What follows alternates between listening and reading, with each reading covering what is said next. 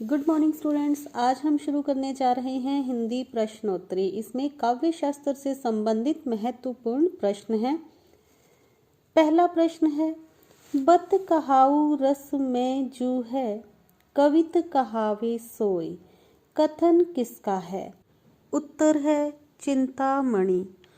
अगला प्रश्न है, कविता हमारे परिपूर्ण क्षणों की वाणी है, यह कथन किसका है? उत्तर है सुमित्रानंदन पंत। अगला प्रश्न, तद दोषो शब्दार्थो सगुणावनलंकृति पुनः क्वापि, यह कथन किसका है? उत्तर है मम्मट। अगला प्रश्न, मुंह में बचे हुए चावल के स्वाद को कुछ अदृश्य कंकुड़ियों के हस्तक्षेप से बचाने का नाम है कविता, ये पंक्तियाँ किसकी हैं? उत्तर है केदारनाथ सिंह। अगला प्रश्न, अव्यक्त की अभिव्यक्ति जगत है, अतः कविता अभिव्यक्ति की अभिव्यक्ति हुई, यह कथन किसका है? उत्तर है आचार्य रामचंद्र शुक्ल। अगला प्रश्न, व्यंग्य जीव कही कवित्व को हृदय सुधुनि पहचानी, शब्द अर्थ कही देह पुनि भूषण भूषण जानी, ये पंक्तियाँ किसकी हैं? यह पंक्तियाँ प्रताप शाही की हैं, जो कि काव्य विलास में उन्होंने लिखी थी। अगला प्रश्न है, काव्य आत्मा की संकल्पात्मक अनुभूति है, जिसका संबंध विश्लेषण, विकल्प या विज्ञान से नहीं है, वह एक श्रेयमयी प्रेम रचनात्मक धारा है, कथन किसका है? उत्तर है जयशंकर प्रसाद। अगला प्रश्न, कविता शब्दों की अदालत में अपराधियों के कटघरे में खड़े एक निर्दोष आदमी का हलफनामा है, ये पंक्तियाँ किसकी हैं? उत्तर है धूमिल, सुदामा पांडे धूमिल।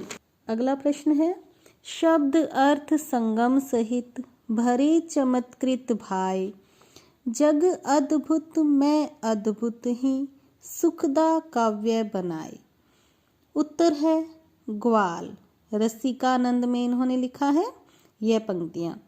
अगला प्रश्न है, ननु शब्दार्थो काव्यम, सूत्र किसका है? उत्तर है रुद्रट।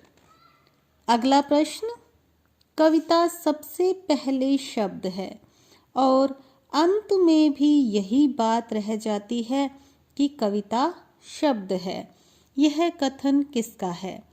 उत्तर है अज्ञेय। अगला प्रश्न, सत्वोद्रेक या हृदय की मुक्तावस्था के लिए किया हुआ शब्द विधान काव्य है, यह कथन किसका है? उत्तर है आचार्य रामचंद्र शुक्ल। अगला प्रश्न, कविता भाषा में आदमी होने की तमीज है, यह पंक्तियाँ किसकी हैं? यह पंक्ति किसकी है? उत्तर है सुदामा पांडे धूमिल।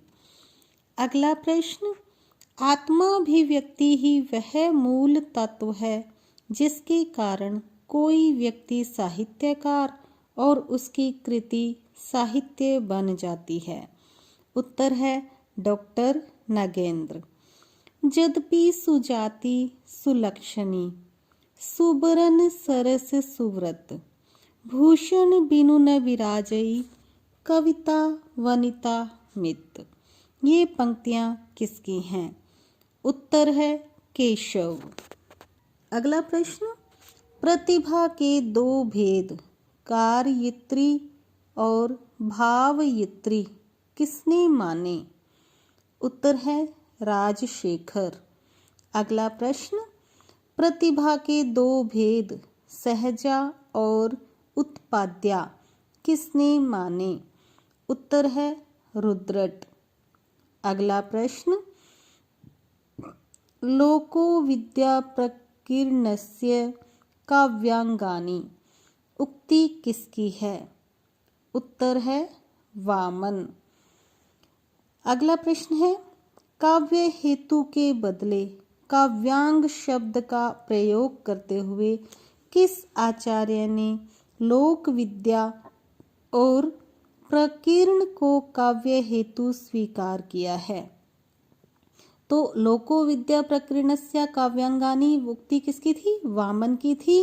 इसीलिए और इसी आचार्य ने लोक विद्या और प्रकीर्ण को काव्य हेतु स्वीकार किया। तो उत्तर है वामन। प्रकीर्ण के इन्होंने 6 भेद बताए। अगला प्रश्न है, स्मृति, मति और प्रज्ञा बुद्धि के ये 3 प्रकार किसने माने हैं? उत्तर है राजशेखर। अगला प्रश्न, प्रतिभा को काव्य निर्माण का एकमात्र हेतु मानने के कारण किस आचार्य को प्रतिभावादी कहा जाता है? उत्तर है पंडित जगन्नाथ। अगला प्रश्न, प्रतिभा को नवोन्मेषशालिनी प्रज्ञा किस आचार्य ने कहा है? उत्तर है भट्टतोत। अगला प्रश्न, प्रतिभा को अपूर्व वस्तु निर्माण क्षमा प्रज्ञा किस आचार्य ने कहा है? उत्तर है अभिनव गुप्त। अगला प्रश्न, काव्य का अंतिम लक्ष्य जगत के मार्मिक पक्षों का प्रत्यक्षीकरण करके उनके साथ मनुष्य हृदय का सामंजस्य प्रतिस्थापना है। ये कथन किसका है? उत्तर है आचार्य रामचंद्र शुक्ल। अगला प्रश्न, प्रतिभावयित्री प्रतिभा किसमें होती है? तो भावयित्री और कार्ययित्री प्रतिभा के 2 भेद राजशेखर ने माने हैं और भावयित्री प्रतिभा जो है वो सहृदय में होती है। अगला प्रश्न, भारतीय काव्य शास्त्र में भावक से अभिप्राय है? उत्तर है सहृदय या आलोचक।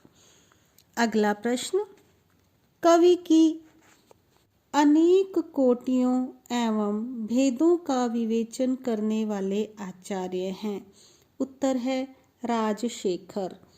अगला प्रश्न, औचित्य विचार चर्चा एवं कवि कंठाभरण के रचयिता हैं? उत्तर है क्षेमेंद्र। अगला प्रश्न, ध्वन्यालोक की टीका ध्वन्यालोक लोचन के रचयिता कौन हैं? उत्तर है अभिनव गुप्त। अगला प्रश्न, भामह के ग्रंथ के आधार पर भामह विवरण टीका के रचयिता कौन हैं? उत्तर है उद्भट। अगला प्रश्न, भरत मुनि के नाट्य शास्त्र की अभिनव भारती टीका के रचयिता कौन हैं?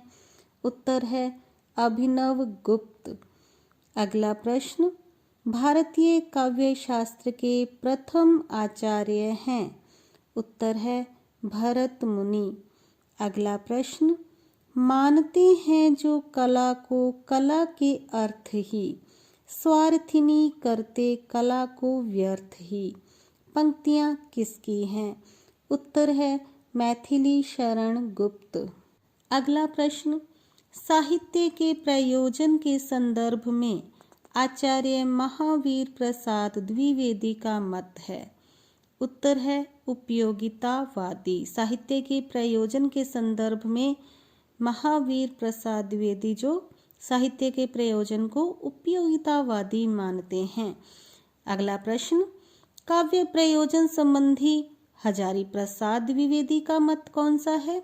मानवतावादी। उत्तर है मानवतावादी। अगला प्रश्न, आत्मानुभूति को काव्य प्रयोजन कौन मानते हैं? उत्तर है आचार्य नंद दुलारे वाजपेयी। अगला प्रश्न, आत्माभिव्यक्ति को काव्य प्रयोजन मानते हैं? उत्तर है डॉक्टर नगेंद्र। अगला प्रश्न, एक लहे तप पुंजन को फल ज्यों तुलसी सूर गुसाई एक लहे बहु संपत केशव भूषण ज्यों बर बीर बड़ाई एकन को जस ही सो प्रयोजन है रसखान रहीम की नाई दास कवित्त ने की चर्चा, बुद्धिवंत की सुखी देती सदाई।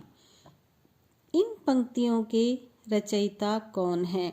ये पंक्तियां काव्य प्रयोजन के संदर्भ में लिखी गई हैं। तो किस रीतिकालीन कवि ने लिखी हैं? उत्तर है भिखारी दास। काव्य निर्णय में इन्होंने लिखी हैं।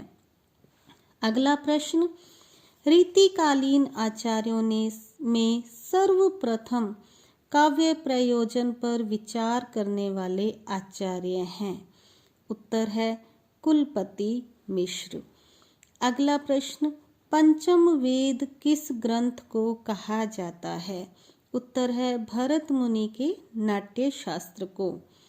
अगला प्रश्न, रीति संप्रदाय के प्रतिष्ठापक आचार्य हैं। उत्तर है आचार्य वामन। अगला प्रश्न, रीतिरात्मा काव्यस्य अर्थात रीति काव्य की आत्मा है, कथन किस आचार्य का है? उत्तर है वामन। अगला प्रश्न, विशिष्ट पद रचना रीति कथन किसका है? उत्तर है आचार्य वामन। अगला प्रश्न, वचन विन्यास क्रमों रीति उक्ति किसकी है? उत्तर है राजशेखर।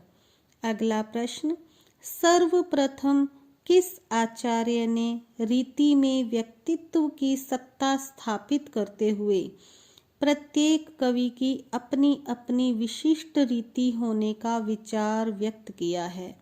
उत्तर है दंडी।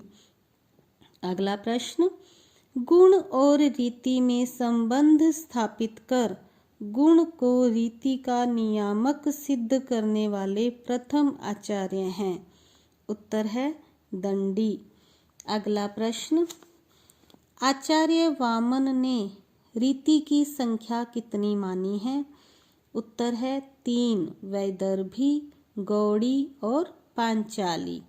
अगला प्रश्न, वामन ने किस रीति को उत्तम माना है? उत्तर है वैदर्भी रीति।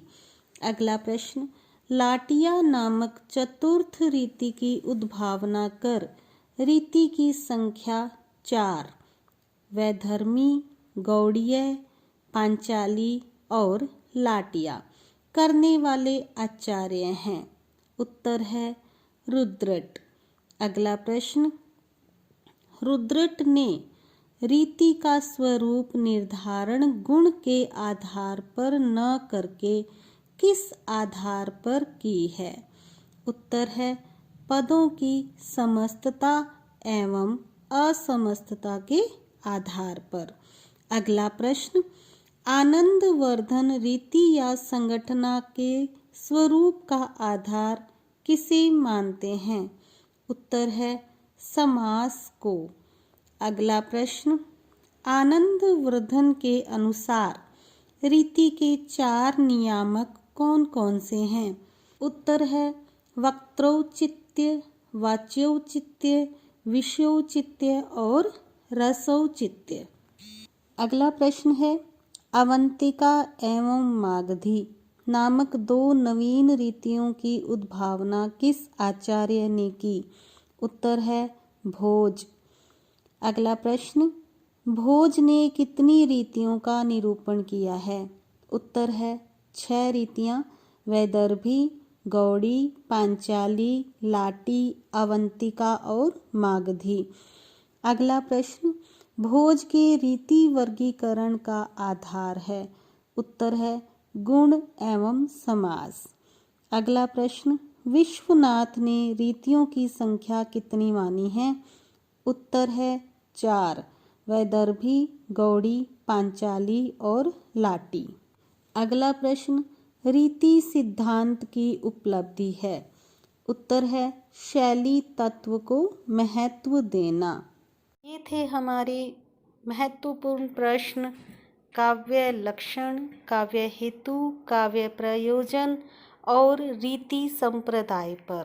तो इसी तरह से बने रहिए मेरे साथ और भी महत्वपूर्ण क्विज के साथ में। आपके पास समय समय पर महत्वपूर्ण वीडियोस पहुंचती रहेंगी। Thank you. Have a nice day.